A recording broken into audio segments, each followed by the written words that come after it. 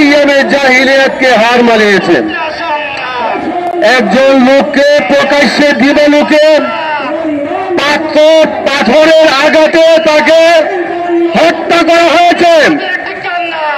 আমি মনে করি সারা দেশে যারা বলে আমরা চাঁদাবাজি করি না, তাদের লোকরাই চাঁদাবাজি করছেন।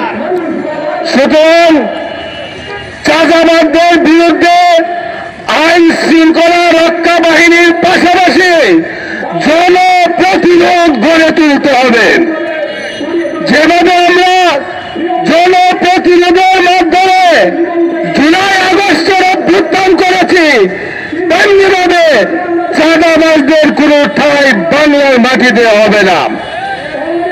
আমরা শুনেছি কোন দল তাদের নেতা কর্মীদেরকে স্থায়ীভাবে বহিষ্কার করেছে।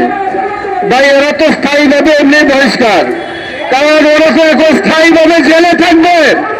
যারা স্থায়ীভাবে জেলে থাকবে তাকে স্থায়ীভাবে বহিষ্কার করার কি প্রয়োজন?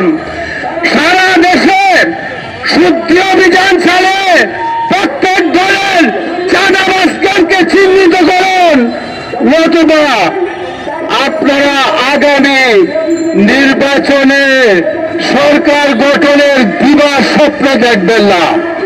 জনগণ সচেতন, জনগণ আর কোন চাঁদাবাজকে বাংলার মস্তকে বসাতে চায় না। জনগণ আর কোন হত্যাকারীকে বাংলার মস্তকে বসাতে চায় না। সুতরাং পেশি শক্তির উত্থান দেখিয়ে আবার ক্ষমতার মস্তক দখল করবেন, সেই স্বপ্ন বাংলার জনগণ আপনাদেরকে পূরণ হতে দেবে না।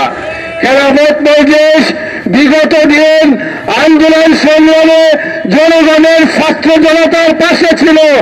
এখনো এই দেশকে চাঁদাবাজ মুক্ত করতে, সন্ত্রাস মুক্ত করতে এবং হত্যাকারীদেরকে ধরতে আমরা জনগণের পাশে ছিলাম, জনগণের পাশে থাকবে খেলাফত মজলিস। ওয়া আখিরু দাওয়ানা আলহামদুলিল্লাহি রাব্বিল আলামিন।